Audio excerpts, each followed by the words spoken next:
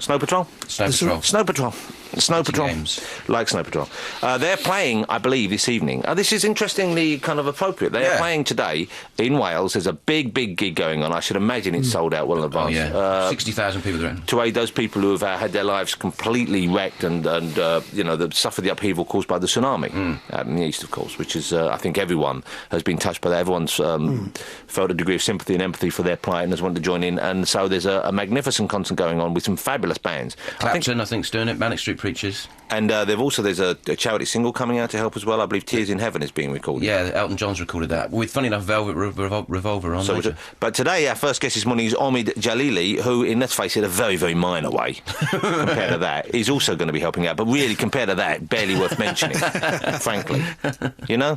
But anyway, because Omid is going to be one of the stars of Comic Aid. It's a big benefit comedy gig which is going to be happening in London at the Carling Apollo. I believe that's already sold out as well. MC'd by you. I think it's the quickest ever sellout in history, isn't it? Wow. I think I didn't know that, but they say that about lots of things, don't they? No, but this was like in a matter of minutes. Wow. All 3,600. I would imagine, though, now that technology's moved on, because presumably people do it on the internet. Yeah. You're ready to go, and that's probably why. Previously, you wouldn't be able to do that. Exactly, because that's you'd what be happened. trying to man the phones. But it's going to be a great night. Who else is on the bill? Can you remember, Omid? John Coleshaw, yourself, Jack D. Well, I'm just doing there's a few of us, me, Jack D, we're doing the easy part. We're just going to be bringing people on. Bill Bailey, Johnny Vegas, Sanjeev Bhaskar. Wow. Many. I think Peter Kay is going to come down. So it's going to be a great night out. Big night, yeah. Fortunately, it's also going to be shown on BBC One television, so you can see that if you can't make it down there. And I think Radio 2 are covering it as well. Oh, are they? Yeah. Right. Have you ever been, the parts of the world that we're talking about here that were damaged in the tsunami and that were so kind of wrecked? Have you ever been there? Have you ever travelled that part? I've never been there, and I was a bit disturbed that on teletext, we were there for the photo shoot, that I was attributed a quote, which I never said, which was, it's good to have a laugh for a good cause. And I remember thinking, I never said that. And if somebody, and it sounded so trite, because if someone had asked me, what can you do? I had so many thoughts about this thing. I thought, my God, when Diana died, everyone said, oh, this is the one thing that's brought everyone together. And then 9/11 happened, I thought the whole world got really upset. And this is something that's so devastating. I believe this kind of thing happens is because every now, people, we're forgetful, and humanity is forgetful. And every time we need to have something to remind us that we are fundamentally one planet, we're one people. Even if you have a little, like a little pain in your little finger, it upsets the whole body, and you got to see to it. But and I was going to say all these things, and they said, oh, it's good to have a laugh. Well, they've just sort of placed your thoughts, really, haven't they? It's a condensed version. But it's interesting that as well, because it does make you stop and think, obviously. Yeah, it does. Obviously, anyway. Just about the fact that there's a kind of vanity that mankind suffers from, that we think so much that we can control our own destinies and that we're in charge of the planet. And every now and then, this incredible, powerful force, Mother Nature, for want of a better, less trite expression, comes along and really shows you who's in charge, because it is something you just can't do anything about. You can't predict it. You don't know when it's... I mean, in that case, earthquakes, we know where they might happen. We know there's a chance they might happen any time. Yeah. But here, really, that just seemed to come so out of left field, didn't it? I think also what the press are not telling people is that there's been some... there were some pictures of water coming in quite slowly, but apparently those are the very, very slow ones. I mean, these things hit at like 200-300 miles an hour, and they're not showing any. They're not giving anyone because the devastation. You see iron girders being smashed to pieces. What happened was unbelievable. Yeah. Really unbelievable. It is terrifying. The nice thing about it, of course, though, is the fact that people really do seem to have been touched by it. You're right. Globally, there seems to be concern, and it is in a way. I mean, I know obviously we'd rather these things didn't happen, but having said that, once again, it's quite a nice experience now to be able to feel that we can help in some limited way. I think so. I think what the great thing is, people say in the West everyone's so greedy, but this benefit we're doing, they're hopefully going to raise £1 million. Well, I'm getting some of that. Obviously, I'm on a fee. I've cut the fee for charity. But the amazing thing is that apparently with £50 can buy you a family house, and with the money we're raising, I think we're going to have some lucky tsunami survivor will get a big house, massive house. Yeah, thank heavens it doesn't hit London, because really, you wouldn't be able to get anything for 50 quid, would you? You'd get you a box down by the embankment. I suspect it's going to be a great fun night to take part in as well as to watch. Yeah. Do you have material? I mean, I know you've done stand-up over the years, but really, more recently, you've been known for your acting, haven't you? Yeah. I mean, have you been doing... Oh, Harry, we've got to go to the news, haven't we? Yeah. Well, give us a wave, then. I was trying to, but it's lucky I looked up at the clock. You just would cough or something. He's looked up at the clock. He's bored already. We've got to go to the news. We're going to go to the news. We'll chat with Omid more after this. 88 to 91 FM, this is Radio 2 from the BBC. That just doesn't age, does it? That's fabulous. Ian Dewey and the Blockheads. What a great band. And Chaz Jankel's piano there. What a distinctive sound. I've heard his son play. His son's quite an accomplished pianist. He's a young fella. He's got a very similar style. It's really interesting to hear. When he plays, you think, that just sounds just like your dad. Only accidentally. I was walking through a school hall at the time and he was jingling. Omid Djalili is with us. He's taking part in the Tsunami Comedy Benefit Comic Aid. You will also probably know him from many, many movies. You've been in so many films recently. I have, yes. You normally play swarthy, untrustworthy types. It was, yeah, but it's changed for some reason. Well, I'm glad it has, because you're an actor of talent. Modigliani, you played. You saw Modigliani? You actually saw it? I saw it. I enjoyed it very much, but I had it on DVD with a kind of screener's copy written on the top. So I don't know whether was it actually released over here. No, I think Andy Garcia's hoping for some kind of awards or something. He doesn't want it to come out until it's ready. Oh, right, so it's not quite. He post Oscars, it'll come out. Yeah, what I've seen of it was very good. I think I saw the whole film. I mean, I got sent this DVD with it on. I'm assuming that was it. It seemed like a complete movie to me. Yes, it was a full 2-hour, 10-minute movie. It was about that. I hope I had a nap in the middle, obviously, as you do at our age. I think they sometimes build bits of the movie knowing you're going to nap. But you've I mean, it seems to be going very well for you, that strand of your career. It's been going well. I think when Modigliani came out and I played Picasso, a lot of people thought, how come Picasso is quite overweight? And I said, well, people don't know that between the rose period and the blue period, there was a double poker face when he used to paint with donuts and what depressed. But it was fun. It was one of those things where they just offered it to me and I did it. And other things have been coming out of it. It's, I can imagine your career going in a way not dissimilar to Bob Hoskins, who started off occasionally getting small parts, and then they worked out, he could do a fairly okay American accent, and he started getting, and then boom, suddenly you're getting the character parts, the big roles. Just like, I think the stand-up helps. I think the more you're out there doing stuff, the more people see that you're not just doing the Arab thing like that. Well, I've seen, but then when you do the Arab thing, it's very good. It's very funny, yeah. I've seen Omid live, okay? So normally we have comedians on the show, and I've seen them do like 2 minutes or something, but I've actually seen Omid do about a 20-minute set. And it was fantastic. You were really great. I was really blown away. I don't know if you're still any good. This was quite a long while ago. No. I should imagine now your eyes off the ball a bit because you've got the acting going on. No, but you did a tour last year, didn't you? It was the Behind Enemy Lines. Yeah, that went very well. I'm trying to do a new show now. It's mostly a kind of raconteur storytelling show. So you're not really writing jokes anymore then? No, I'm like an old ponce. I'm an old ponce. When I was on the set of Gladiator. Although they must be great stories, though. There's some funny stories, yeah. There's lots.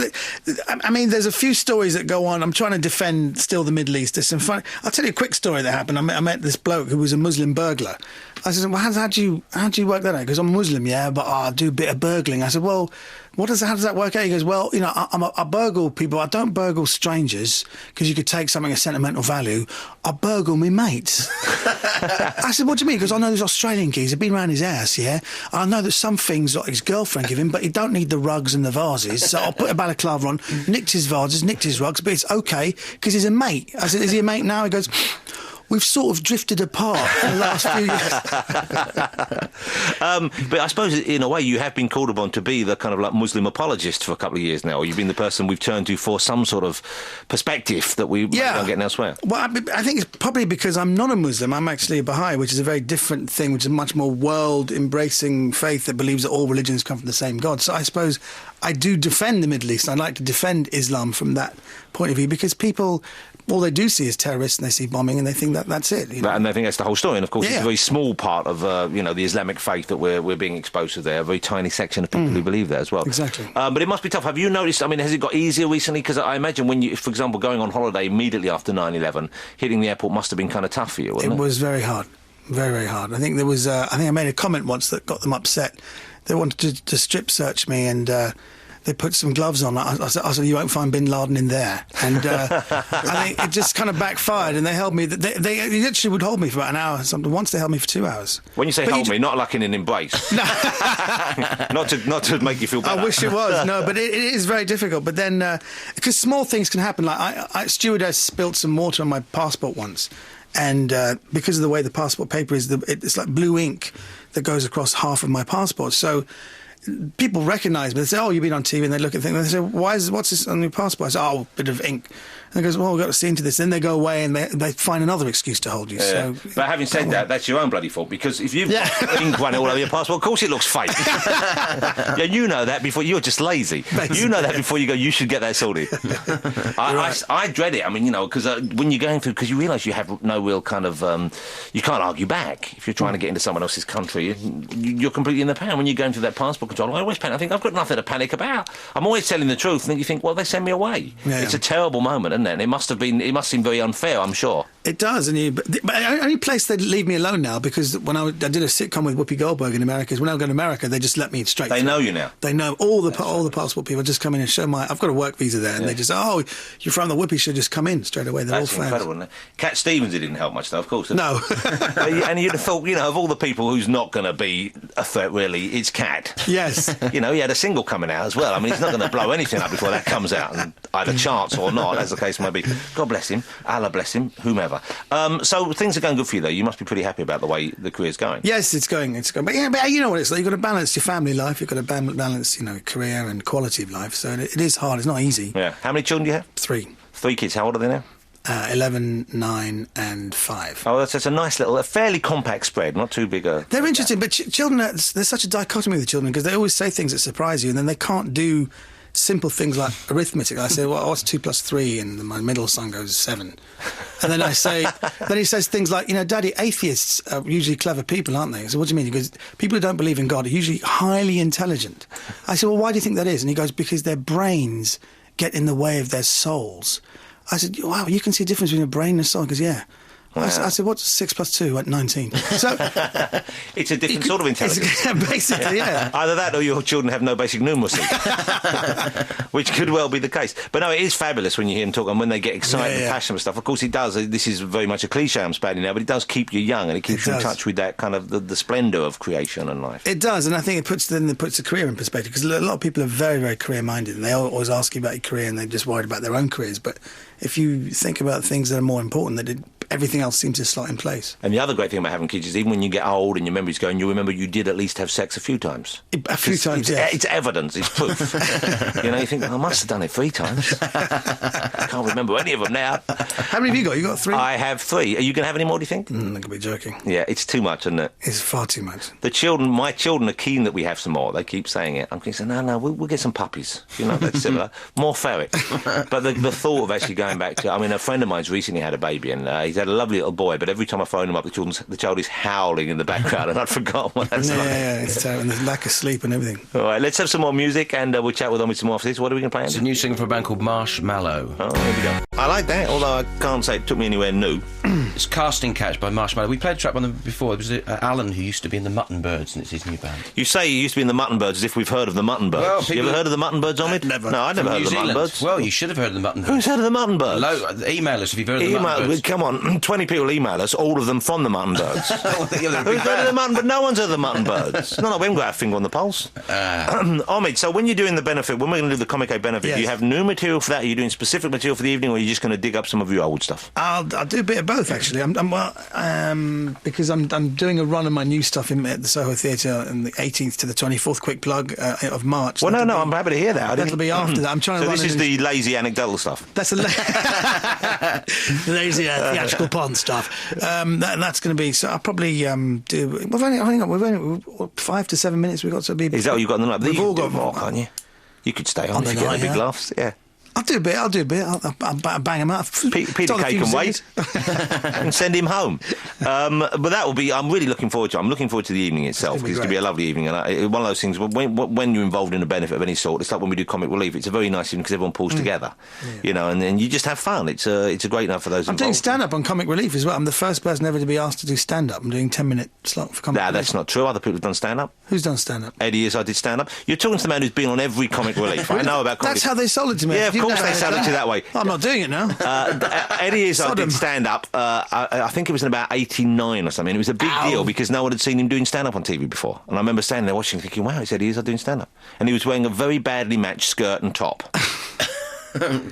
That was... Oh, right, OK. Yeah, so don't get all puffed up and full of yourself, hang on, that was different, though, wasn't it? It was stand-up. No, it was a different charity though, wasn't it? No, it was Comic Relief. It was Help a Child in Need. No, it was Comic Relief, and you're not the first person to stand up and they've lied to you. Well, I'm not doing it. They lied to everyone. They told me it had nothing to do with Africa when I first went there. You know, I said, I'll help Australia. Africa's next on my list. I said, yeah, it's Australia mainly. They'll do anything to get you there, and quite rightly. You know, they've got to. Omid, lovely to see you again. I can't wait for the benefit gig. Once again, the gig's taking place on the 22nd of February. There may well be some tickets available still. I'm not sure. I think it's sold out, but who knows. Certainly you'll be able to watch it on TV. It's on BBC One in late February. And then there will be a DVD of the show released, which will no doubt have extras. So maybe if there is extra material on the night, we can make sure that goes onto the DVD. Yeah, that'd be good. And if you see it and you're that way inclined, it'd be lovely if you'd buy it, because I know I spoke to someone who's involved in setting up the event, and I think the people bringing the DVD out, I think they're not taking any money at all. So an awful lot of the money that you would spend on that DVD is going straight to tsunami relief. I think is that the idea? I think didn't Bob Geldof set up a precedent that every single penny goes... Which is a wonderful thing. I mean, you know, obviously costs have to come out of it, like actual materials, I guess, but certainly it's an awful lot of your money is going to them, and you get the DVD, which is, I would have thought, a win-win situation. Fantastic, yeah. Omid, great to see you again. Also, I'm doing Glasgow Festival on 26th of March. See, when I said great to see you, it's like saying goodbye, really. You know, I've been told to plug these things. Oh, well, we can mention that. You're doing the Edinburgh Festival, is that? Yeah. Glasgow Festival. Yeah. I've never even heard of the Glasgow Festival. It's a new one. Well, that would be why. It's going to be good. And it's going to rival the Edinburgh Festival? I think it's just a comedy festival. It's going to complement. Going to compliment, yeah. When is it? 26th of March. That's so that's I don't care about the rest of it, but my date's 26th. Okay. So, you see, he's selfish. Yeah. I'm not. I bet you're a very selfish lover. I'm a distracted lover. Well, at our age, you know, there's so many other things to draw your eye. So, hold it, let's get this right. If you're at home, get a pen and paper out. Yeah. You're at Glasgow when? 26th of March, and the Soho Theatre between the 18th and 24th of March. 18th to 24th of March, Soho trying out the Theatre. material. What are you doing in April? April, nothing much. And remember, never cast the clout till May is out, then June? June, some secret projects I can't talk about. Don't tease us. Don't start giving us the rundown of your year and then leave us hanging in June. I can't talk about it. Unemployed. You'll be able to catch him delivering pizza throughout June, ladies and gentlemen. Omid, great to see you again. Great to see you. Take care. See you on the big night. Cheers.